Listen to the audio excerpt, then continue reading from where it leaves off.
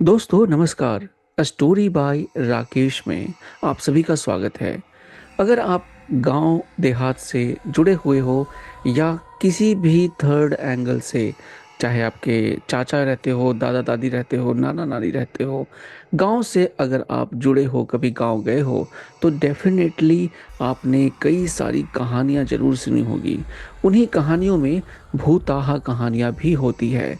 आज जिस कहानी के बारे में हम बात करेंगे, उस कहानी का नाम है डायन। आई एम 100% श्योर कि आपने डायन के बारे में जरूर किसी न किसी से सुना तो जरूर होगा। तो चलिए कहानी की तरफ बढ़ते हैं। यह कहानी एक छोटे से गांव की है, जहां पर लोग अक्सर एक डायन की बातें किया करते थे। गांव के बाहर में एक पुराना जंजर सा मकान बना हुआ था, काफी पुराना मकान।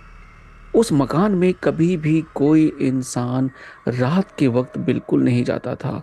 सुबह सुबह कुछ लोग चरवाहे जरूर वहां पहुंच जाते थे, लेकिन वहां का माहौल देखकर वो इतने ज़्यादा डर जाते थे दोस्तों कि वहां से भाग जाते थे। गांव के जो बुजुर्ग थे, बूढ़े लोग थे, वो बातें करते थे कि वहां पर एक डायन रहती है। अब देखिए, कहानी की शुरुआत तब होती है जब गांव में एक लड़का शहर से गर्मी की छुट्टी एंजॉय करने के लिए अपने नाना नानी के घर पहुंचता है। लड़के का नाम था अर्जुन। अर्जुन 11th क्लास में पढ़ता था और छुट्टियों में गांव को एंजॉय करने पहुंच जाता है। अब जैसे ही वो गांव में पहुंचता है, कुछ दिनों के बाद एक बूढ़े ने उसको वो कहानी सुना दी, डायन की कहानी। अब क्योंकि वो शहर का लड़का था, शहर में तो डायन, भूत, प्रेत, पिशाच इनकी बातें होती नहीं थी, तो इसलिए उसको ये सारा का सारा मजाक लगा। और वो फिर अपने बाकी के जो दोस्त है, गांव के जो लड़के हैं, उनको फिर वो कहानियां बना बना कर सुनाने लगा। गांव के बाकी के जो बच्चे थे, उन्होंने ये कहा कि भाई हमें ये कहानियां तो पता ही हैं और इस कारण से हम वहां जाते भी नहीं हैं। लेकिन तुम जो कहानी मुझे बता रहे हो कि तुम्हारे सपने में डायन आई थी, तुम्हें बुला रही है, ये सब तो हम लोगों में से कभी किसी के साथ हुआ नहीं। अब अर्जुन बोलता है कि देखा, मेरे आते ही वो जो चुड़ैल है, वो जो डायन है, मेरे सपने में आ गई।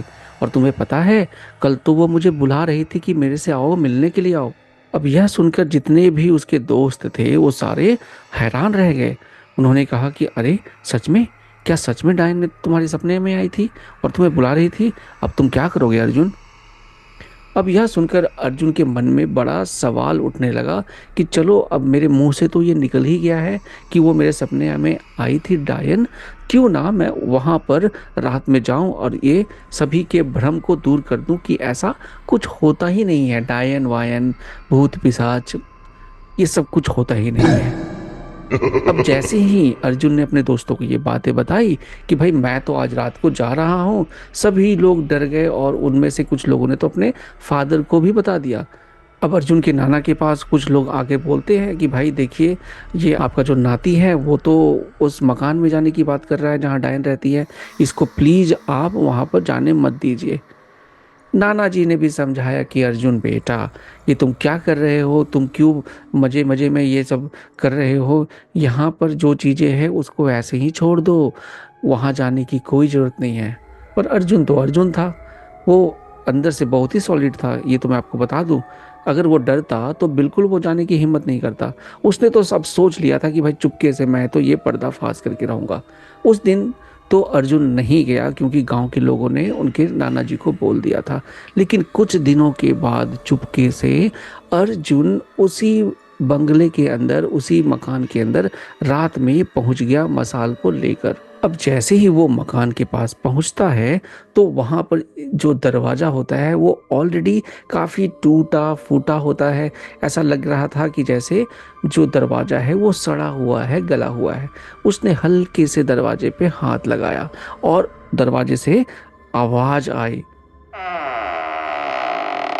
अब वो मसाल लेकर घर के अंदर चला गया। वहां पर उसको चारों तरफ बिल्कुल अजीब सी स्मेल आ रही थी। ऑब्वियस सी बात है, कई सालों से, हो सकता है 10 20 30 40 50 सालों से उस घर में कोई नहीं पहुंचा था। अब वहाँ पर वो चारों तरफ घूमने लगा और उसने मोबाइल से वहाँ पर वीडियो बनाना भी शुरू कर दिया ताकि वो प्रूफ कर सके यहाँ पर कुछ भी नहीं है। तभी उसे ऊपर की तरफ जाने वाली सीढ़ी का रास्ता मिल गया। सीढ़ी काफी ज्यादा कमजोर हो चुकी थी। वो उस सीढ़ी पर चलना शुरू कर देता है। जैसे ही सीढ़ी के ऊपर वो रूम में पहुंचता है तो अर्जुन को अजीब सी ठंडक सी महसूस होने लगती है, जैसे किसी ने एसी चला दिया हो। उसकी बॉडी में पूरा का पूरा ठंड महसूस होने लगा। अचानक से उसने देखा कि उसका जो मोबाइल था वो भी बैटरी उसका अचानक से लो होने लगा और जो वो मशाल लेकर वहां पहुंचा था, मशाल की लाइट भी धीरे धीरे बंद होने लगी। ऐसा लग रहा था मानो कोई हवा चला रहा हो और वो मशाल वो धीरे धीरे करके बंद हो रही हो। तभी अचानक से अर्जुन को एक आईना दिखता है उस रूम के कोने में, और जब वो आईने की तरफ ध्यान से देखने लगता है तो उसे एक अजीब सी शक्ल वाला बालों वाला एक चेहरा दिखता है। उस चेहरे को देखकर अर्जुन काफी ज्यादा डर जाता है। ऐसा लग रहा था जैसे कोई डायन उसे उसी शीशे से देख रही है। अर्जुन बहुत ज्यादा डर गया। पहली बार लाइफ में उसको डर का महसूस हुआ। ऐसा लग रहा था कि उसके पैर से जमीन खिसक गई है। तभी अचानक से उसकी पीठ पर ऐसा लगा किसी ने हाथ रख दिया, लंबे लंबे हाथ। अब अर्जुन के तो मानो पसीने छूट गए।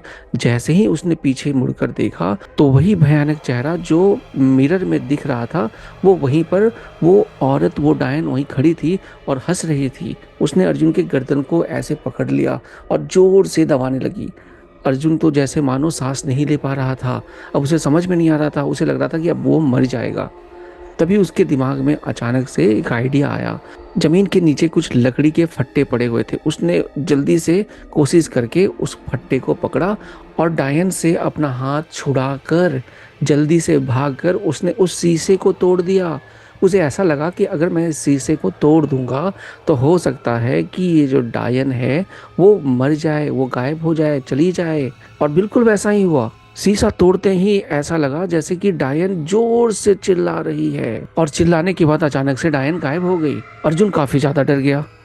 अब वो जल्दी से, मसाल भी उसकी बंद होने वाली थी, जल्दी से उसने मोबाइल चेक किया और फटाफट भागने की कोशिश करने लगा। लेकिन जैसे ही वो भागते हुए नीचे की तरफ जाता है, अचानक से उसका पैर फिसल जाता है। ऐसा लगता है कि किसी ने उसके पैर को पकड़ लिया है और वो नीचे धड़ाम से गिरकर बेहोश हो जाता है। अगले दिन सुबह सुबह जब उसके नाना अर्जुन को ढूंढते हैं कि वो कहाँ गया, तो वो कहीं नहीं मिलता है। दोपहर के समय में किसी एक दोस्त ने ये कह दिया कि क्या पता वो उसी घर में चला गया हो, डायन के घर में। गांव के कुछ 10-15 लोग उसी बिल्डिंग में जाते हैं और वो देखकर आश्चर्यचकित हो जाते हैं कि अर्जुन जो है बिल्कुल बेहोश पड़ा हुआ है उसी घर के अंदर नीचे वाले कमरे में। सभी लोग काफी कोशिश करते हैं कि अर्जुन उठ जाए, उठ जाए, उठ जाए, लेकिन ऐसा हुआ नहीं। अर्जुन तो मर चुका था। अर्जुन ने जो भी देखा डायन के बारे में, जो भी महसूस किया, वो उसकी मौत के साथ खत्म हो गया। अब किसी को नहीं पता था कि अर्जुन ने क्या देखा, नहीं देखा। लेकिन तभी किसी दोस्त ने उसका मोबाइल निकाला और उस मोबाइल की वीडियो रिकॉर्डिंग में एक हल्का सा क्लिप जरूर दिख गया। उस क्लिप में ऐसा अनुभव हो रहा था कि अर्जुन डरा हुआ है और वो डायन डायन बोल रहा है।